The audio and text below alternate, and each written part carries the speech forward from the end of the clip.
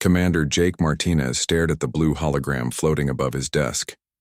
The alien face looked back at him with what might have been a smile, though it was hard to tell with creatures made of living crystal. The message had arrived 3 hours ago, and Jake had watched it 15 times already. Greetings, representatives of the species known as humanity, the crystal being said in perfect English. I am Ambassador Velthari of the Zephyrian Council. On behalf of the Galactic Collective, I extend a formal invitation to your species to attend the Grand Peace Summit on the neutral world of Kepler 442b. Jake paused the message and rubbed his tired eyes. Outside the windows of his quarters aboard the UES Retribution, stars moved slowly past as the ship patrolled the outer edge of human space. 3 years of fighting bugs, energy ghosts, and worse, had left him suspicious of anything that sounded too good to be true. The door chimed, and Dr. Lisa Thompson walked in without waiting for permission. She had that excited look in her eyes that always meant trouble. Jake, have you seen the message? This is incredible. They want us at a peace summit. Real aliens. Real diplomacy. We're finally being recognized as a civilized species. Jake looked at his friend and shook his head. Lisa was brilliant, maybe the smartest person he knew, but she still believed the best in everyone, even aliens who might want to eat them. Lisa, sit down. Watch this again with me. She pulled up a chair as Jake restarted the hologram. The crystal alien continued its message. This summit represents a chance for humanity to join the greater galactic community. Over 200 species will attend, sharing knowledge, culture, and establishing lasting bonds of peace. The summit begins in 30 Earth days at coordinates that will be provided upon your acceptance. The message ended with formal diplomatic language about safe passage and neutral ground. Lisa was practically bouncing in her chair. Jake, this is what we've been working toward. No more fighting, no more war, just peace and cooperation with advanced alien civilizations. Or it's a trap, Jake said quietly. Lisa's excitement faded a little. Why do you always assume the worst? Because I'm still alive. Jake stood and walked to the window. Lisa, think about this. We've been fighting aliens for 5 years. Suddenly they want to talk peace? Why now? Maybe they realize we're not going away. Maybe they see we can be reasonable partners instead of enemies. Jake turned back to her. Or maybe they've figured out we're dangerous and want us in one place where they can deal with us permanently. The door chimed again. This time Captain Ron Blake entered, looking as tired as Jake felt. Blake had commanded ships in every major battle since first contact. If anyone understood alien intentions, it was him. Jake, Lisa, I assume you've both seen our invitation to the galaxy's biggest party. Captain Blake, surely you see the opportunity here, Lisa said. This could end the wars. Real peace. Blake sat down heavily in Jake's other chair. Dr. Thompson, in my experience, when someone stops shooting at you and starts talking about peace, it usually means they're reloading. But sir, the diplomatic possibilities are exactly what worry me. Blake looked at Jake. What's your read on this, Commander? Jake thought carefully before answering. The timing bothers me, sir. 3 months ago we destroyed their forward base at Wolf 359. 2 months ago we broke their supply lines in the Vega system. Now suddenly they want to talk. My thoughts exactly. Blake stood and began pacing. But Earth Command is excited. They see this as our chance to join galactic civilization. The politicians are already planning celebration parades. Lisa looked between the 2 military men. You're both too paranoid. Not everything is a battle plan. Sometimes people really do want peace. People, yes, Jake said. But these aren't people, Lisa. They're aliens with their own agenda. The ship's communication system crackled to life. Commander Martinez to the bridge. Priority message from Earth Command, Jake sighed. Duty calls. The 3 of them made their way to the bridge. The communication officer, a young woman named Beth Young, looked up as they approached. Sir, Admiral Chen sends his compliments and orders. We're to escort the diplomatic mission to Kepler 442b. The UES Liberty will carry the official delegation, with the UES Defiance providing additional support. Blake nodded grimly. So it's decided then. When do we leave? In 72 hours, sir. The diplomatic team is already being assembled. Ambassador Susan Clark will lead the mission. Jake knew Susan Clark by reputation. She was smart, experienced, and genuinely believed in the power of diplomacy. She was also walking into what might be her death. Sir, came another voice from across the bridge. Lieutenant Pete Johnson, their intelligence officer, was frowning at his console. I've been analyzing communication patterns in the sectors near Kepler 442b. Something strange is happening. Define strange, Blake said. Well, sir, over the past century, 17 different species have been invited to similar peace summits in that region. After attending, their communication signatures dropped to almost nothing within 6 months. It's like they just stopped talking. The bridge went quiet. Lisa looked confused, but Jake felt a cold knot forming in his stomach. Maybe they found peace, Lisa said hopefully. Or maybe they found something else, Jake replied. Blake was studying the star charts on the main screen. Johnson, pull up everything we have on those 17 species. I want to know their military capabilities before and after these summit meetings. Already on it, sir. The pattern is consistent. Strong, independent species go to peace talks. Afterward, they become quiet, cooperative, and their military activities drop to nearly zero. That could be good news, Lisa insisted. It could mean the peace process works. Jake looked at his friend with sympathy. Lisa, name one aggressive species in Earth's history that just decided to become peaceful overnight. She thought for a moment, then fell silent. Captain Blake walked to the center of the bridge. All right, people. We're going to this summit, but we go prepared for anything. I want full battle readiness maintained at all times. Johnson, keep monitoring those communication patterns. Martinez, start working on contingency plans. What kind of contingency plans, sir? Jake asked. Blake's smile was cold and sharp. The kind that assumed diplomacy is just war by other means. As the crew began their preparations, Jake couldn't shake the feeling that they were flying toward something much worse than a simple trap. Whatever waited for them at Kepler 442b, he was determined that humanity wouldn't become the 18th species to go quietly into that dark silence. The invitation had promised peace, but Jake Martinez had learned that sometimes the most dangerous weapon was hope itself. The human fleet dropped out of hyperspace near Kepler 442b, and Jake Martinez felt his breath catch in his throat. The planet below them was nothing like he had expected.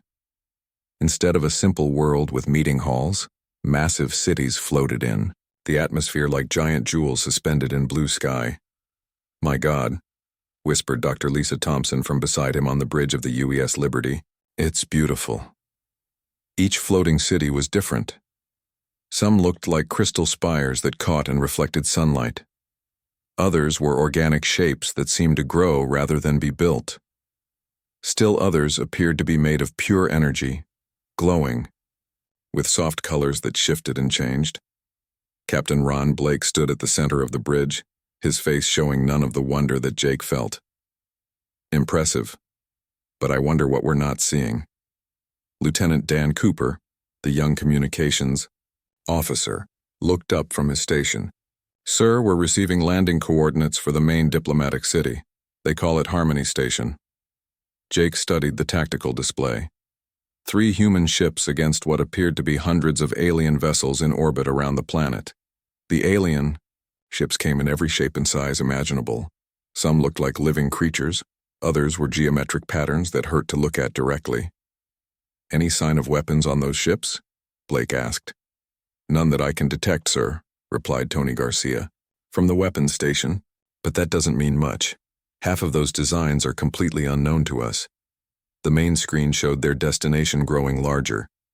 Harmony Station was the biggest of the floating cities, a mix of architectural styles that somehow worked together. Towers reached toward space while gardens and parks spread across lower levels. It looked like a paradise built by a dozen different species working in perfect cooperation. Ambassador Clark to the bridge, came a voice over the comm system. Susan Clark appeared on the screen dressed in her formal diplomatic uniform. Behind her, Jake could see the other members of the human delegation preparing for their historic meeting. Captain Blake, I wanted to thank you for bringing us here safely. This is the most important diplomatic mission in human history. Just doing our job, Ambassador, Blake replied. Are you sure you don't want a larger security detail? Colonel Steve Adams and his team will be more than sufficient. We can't appear too militaristic at a peace summit. Jake exchanged a look with Blake. The captain's expression showed exactly what he thought of sending diplomats to meet unknown aliens with minimal protection. We'll maintain orbit and monitor all communications, Blake said.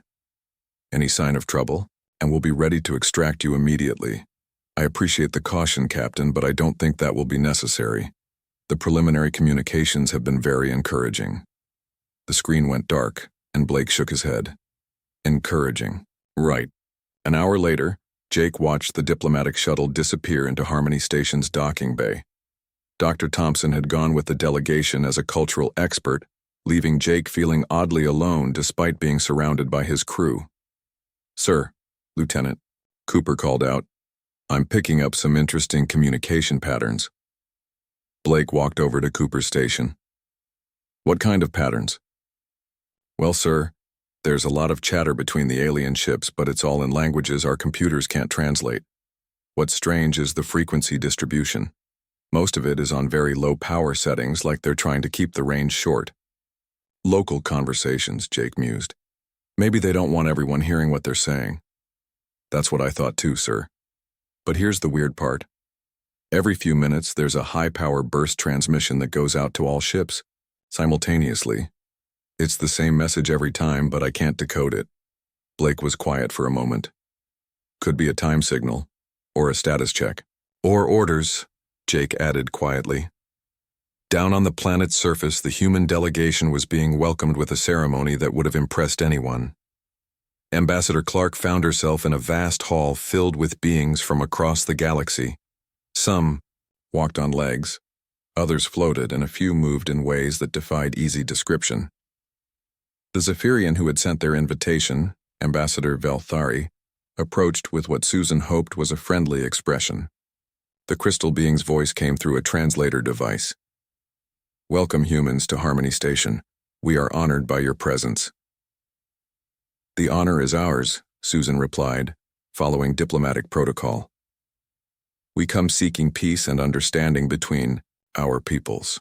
As do we all, Velthari said.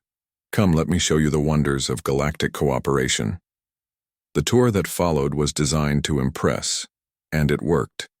Susan saw gardens where plants from 100 worlds grew together. She watched as beings that looked like natural enemies worked side by side on complex projects. Everything spoke of peace, cooperation, and unity. Colonel Adams, however, was paying attention to different details. The security measures were subtle, but present. Every entrance had hidden scanners. The friendly guides never left their sides. Most importantly, he noticed that none of the alien beings seemed to be carrying any form of communication device. Dr. Thompson, he whispered during a pause in the tour, do you notice anything odd about our hosts? Lisa looked around at the diverse crowd of aliens. They all seem very peaceful, cooperative, almost what? Almost like they're not really thinking for themselves. Meanwhile, back in orbit, Pete Johnson was having his own concerns. The intelligence officer had been analyzing the communication patterns for hours, and what he was finding made his stomach turn. Commander Martinez, he called out, you need to see this. Jake walked over to Johnson's station. What have you... I've been comparing the communication signatures from this system with our records of those 17 species that went quiet after their peace summits.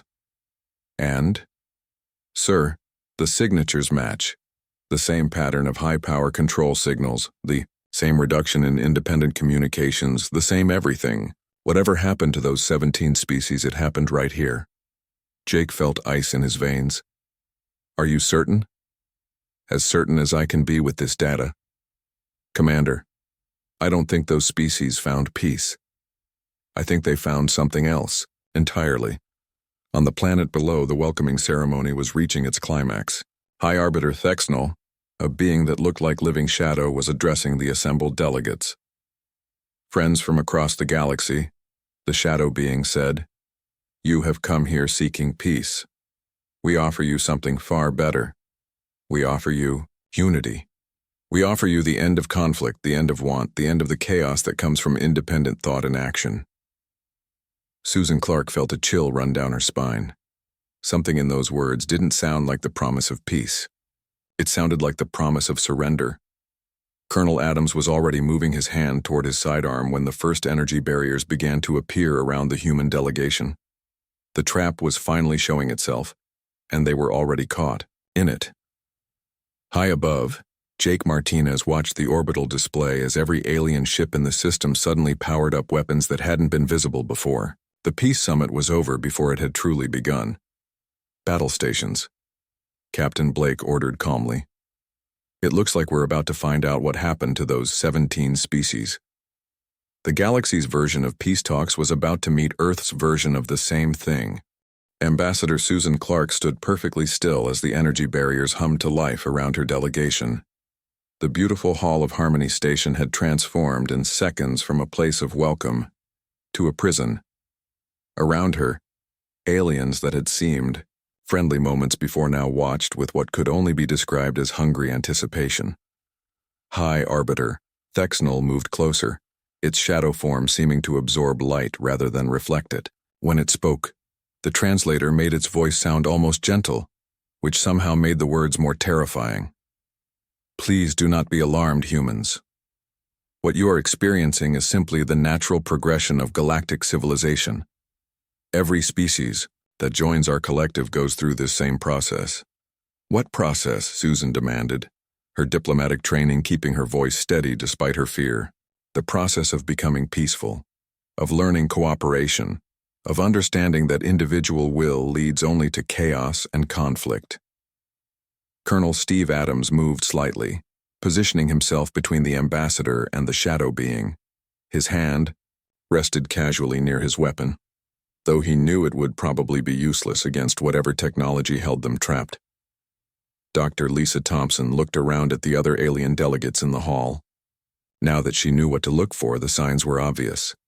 They moved in perfect coordination, never disagreeing, never showing individual personality. Their eyes were vacant, peaceful, and utterly empty. You've turned them into slaves, Lisa said quietly. We have given them peace, Thexnel replied. No more war, no more competition, no more of the destructive independence that tears civilizations apart. No more freedom, Susan added. Freedom is chaos. We offer order. High above, in orbit, Captain Ron Blake watched the tactical display with growing anger.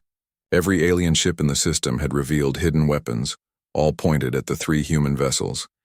The numbers were overwhelming, hundreds against 3. Sir, Lieutenant Dan Cooper called out from his communication station. I'm detecting massive energy buildup on the planet's surface. Those floating cities aren't just cities, they're weapon platforms. Jake Martinez studied the readings with growing dread. How much firepower are we looking at? Enough to glass the planet's surface, sir, and more than enough to destroy our ships if we try to run. Captain Blake was quiet for a long moment. Then he turned to address his bridge crew. Ladies and gentlemen, it appears we've walked into exactly the trap we expected. The question now is what we do about it. Sir, we're outnumbered at least 100 to 1, Tony Garcia said from the weapon station. Our shields won't last 5 minutes against that kind of firepower. Then we won't rely on our shields, Blake said calmly. He activated the ship-wide communication system.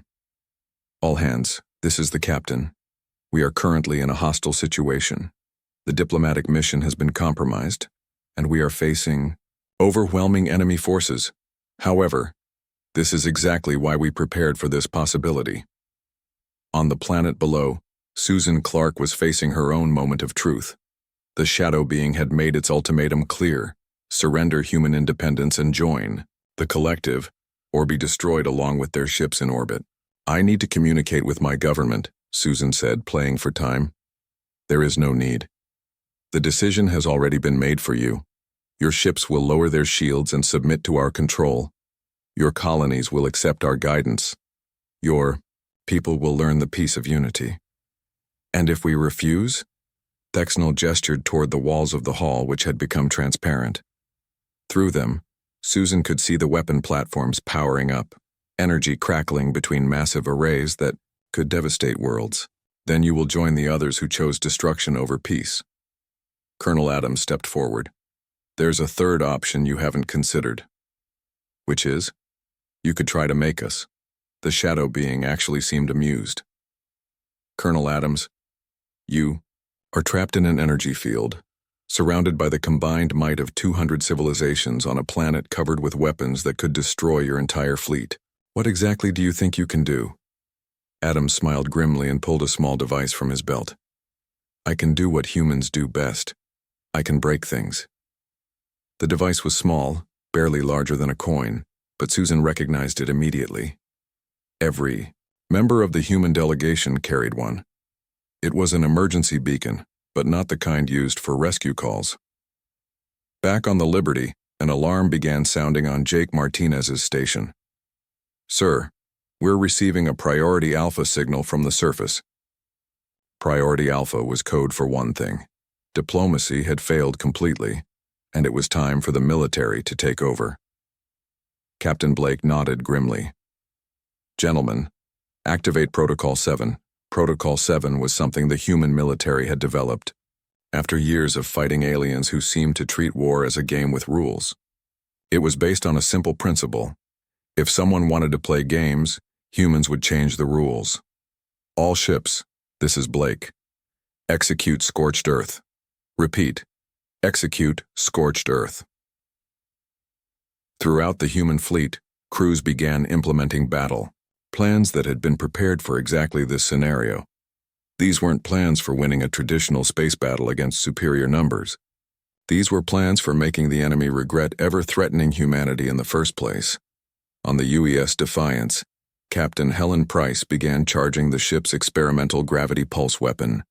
It was designed to destabilize planetary cores, not fight ship-to-ship battles. But then this wasn't going to be that kind of fight. Aboard the Retribution, weapons specialist Carl Lewis activated demolition charges that had been quietly placed throughout the ship. If they were going down, they were taking as many enemies with them as possible. Down on the planet, the small device in Colonel Adams's hand began broadcasting a signal that meant one simple thing. The humans were done talking.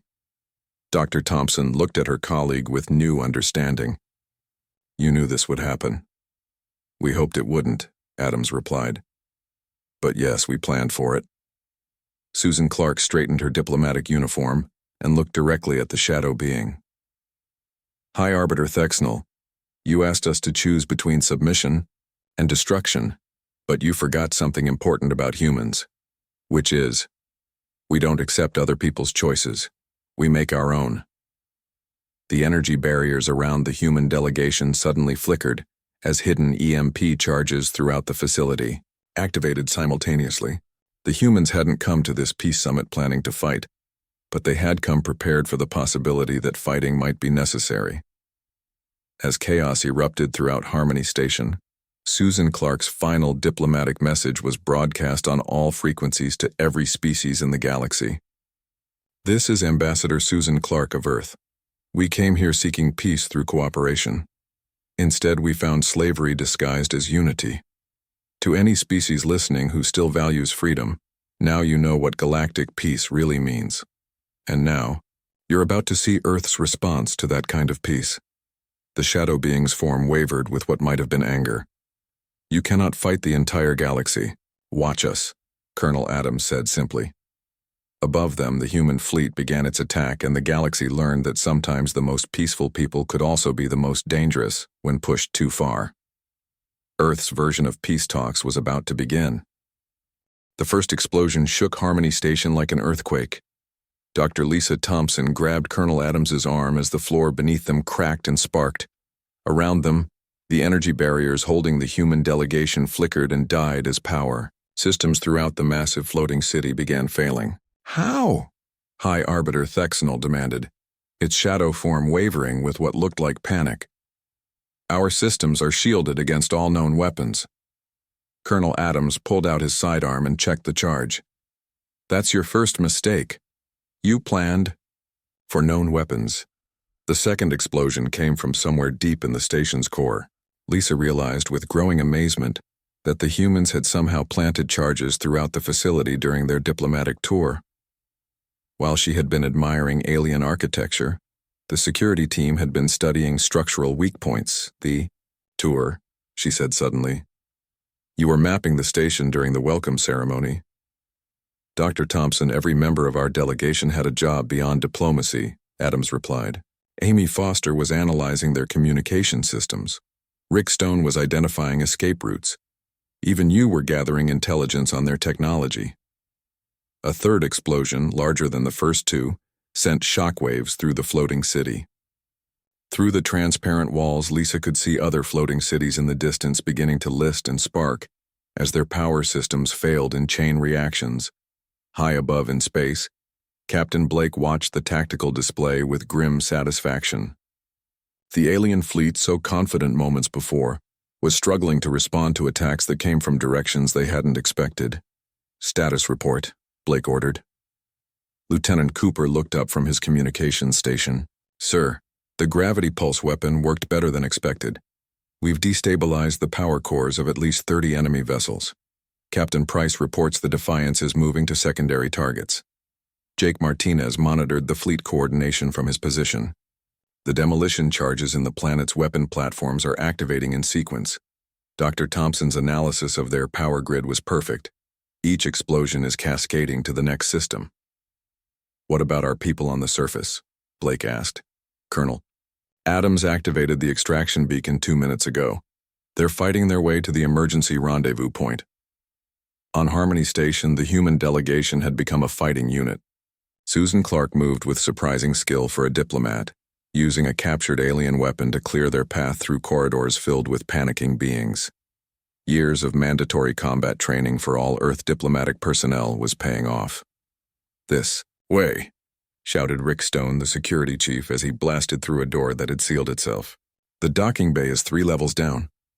Behind them, Amy Foster was doing something that would have impressed any hacker. She had connected her portable computer to the station's main network and was broadcasting a message that would change everything. She called out as they ran. I'm transmitting the truth about the peace summits to every species in the galaxy. They're about to learn what really happened to those 17 civilizations. Dr. Thompson paused for a moment to look back at the alien delegates they were leaving behind. The beings that had seemed so peaceful and cooperative were now standing motionless, apparently unable to function without commands from their controllers.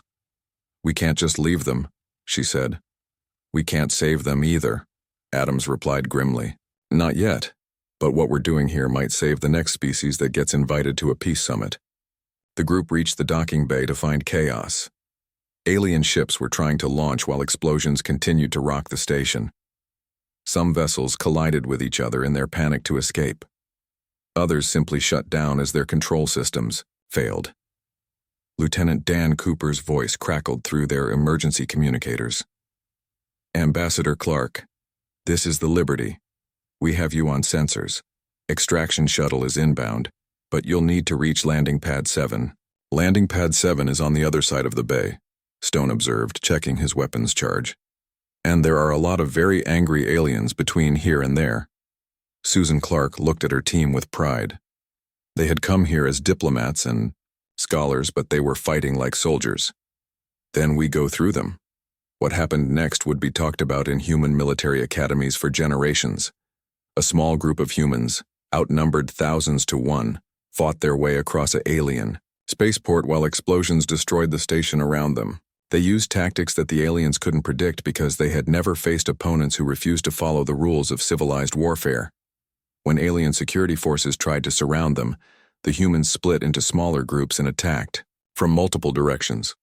When energy weapons threatened to overwhelm them, they used the station's own failing systems as weapons, turning power conduits into improvised bombs. Dr. Thompson found herself fighting alongside career soldiers and discovering she was better at it than she had ever imagined. Months of studying alien biology paid off as she identified weak points that weapons could exploit. Meanwhile, throughout the galaxy, Amy Foster's transmission was causing exactly the chaos the humans had hoped for. Species that had been quiet for decades suddenly began broadcasting again, their voices filled with rage as they learned the truth about their peaceful transformation. On the bridge of the Liberty, Pete Johnson was monitoring communication channels across dozens of systems. "Captain, it's working. We're receiving transmissions from species we thought were extinct. They're rising up against the Council everywhere." "How many?" Blake asked. "Sir, it looks like we've just triggered the largest rebellion in galactic history." In space around Kepler 442b, the alien fleet was discovering that fighting humans was different from controlling enslaved species. Human ships didn't follow predictable patterns. They didn't try to minimize casualties or preserve valuable resources. They fought like their very existence depended on victory, because it did. The UES Retribution, heavily damaged but still fighting, rammed directly into a Council command ship rather than attempt to escape. The explosion took out 6 more enemy vessels in a chain reaction that lit up the night side of the planet below. Captain Helen Price, her ship's weapons exhausted, used the Defiance itself as a missile, targeting the largest weapon platform on the planet's surface. Her final transmission was simple: "Tell Earth we made them proud." As the human extraction shuttle finally reached the docking bay, Colonel Adams looked back at the destruction they had caused. Harmony Station was breaking apart, its pieces falling. Toward the planet below, the weapon platforms that had threatened to destroy human civilization were now twisted wreckage. "Was it worth it?" Dr. Thompson asked as they ran toward their rescue. "Ask me again when we see how many species are free because of what we did here," Adams replied. Susan Clark was the last to board the shuttle. As they lifted off from the dying station, she composed a final diplomatic message to Earth Command. It was short and to the point. "Mission accomplished. The galaxy now understands that Earth doesn't negotiate with slavers. We eliminate them." The shuttle accelerated toward the Liberty as Harmony Station exploded behind them. The peace summit was over. But the real war for galactic freedom was just beginning.